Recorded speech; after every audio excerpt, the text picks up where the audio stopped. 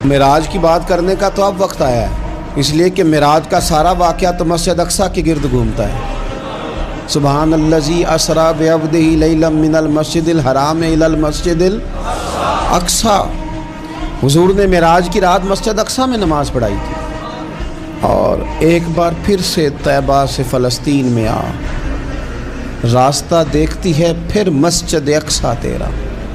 ایک بار حضور گئے تھے مکے سے مسجد اقصی، اور پھر حضور فرماتے ہیں جب میں واپس گیا نا تو کفار میں جو کہ مسجد اقصی دیکھی ہوئی تھی تو مجھ سے پوچھنا شروع کر دیا کہ مسجد اقصی کی کھڑکیاں کتنی ہیں، دروازے کتنے ہیں، پلر کتنے ہیں۔ جب انہوں نے سوال جواب کیے تو حضور فرماتے ہیں کہ رب کریم نے مسجد اقصی کو اٹھا کے میرے سامنے رکھ دیا۔ میں دیکھتا جاتا تھا، بتاتا جاتا تھا، کہہ لوں بات کر لوں۔ ایک دفعہ حضور مکے سے مسجد اقصی آئے، اور ایک دفعہ مسجد اقصی میرے نبی کی زیارت کے لیے مکے گئی، حضور کی زیارت کے لیے مکہ شریف گئی۔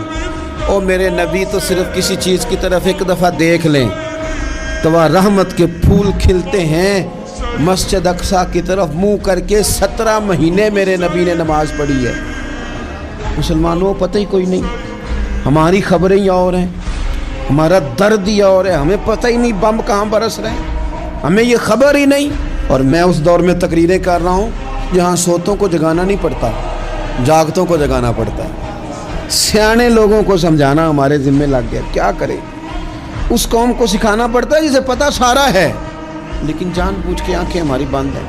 یہ مولوی کو بات کرتا تو لوگ کہتے دیکھو مولوی گالی دیتا ہے، لیکن اگر قائد اعظم محمد علی جناح کہے کہ اسرائیل امریکہ کی ناجائز اولاد ہے تو پھر تو تمہیں ہضم کر لینا چاہیے نا، پھر تو لیبرل کو بھی ہضم ہونا چاہیے نا کہ قائد اعظم نے کہا ہے، اور اس ناجائز بچے کو تم نے اتنی طاقتیں دے دی کہ وہ مسلمانوں کے قبلہ اول میں نماز پڑھنے والوں کو بھی نہ بخشے۔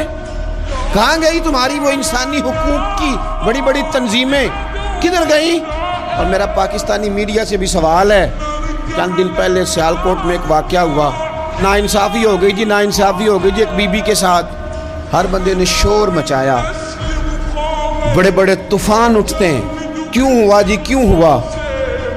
مسجد اقصی کی توہین ہو گئی تو پھر طوفان کیوں نہیں اٹھا؟ ٹاک شو کیوں نہیں ہوئے؟ بحثیں کیوں نہیں ہوئی؟ میں اس موم بتی مافیا کا کیا کروں؟ ان لبرل لوگوں کا کیا کروں؟ ان کے سپورٹروں ووٹروں کا کیا کروں؟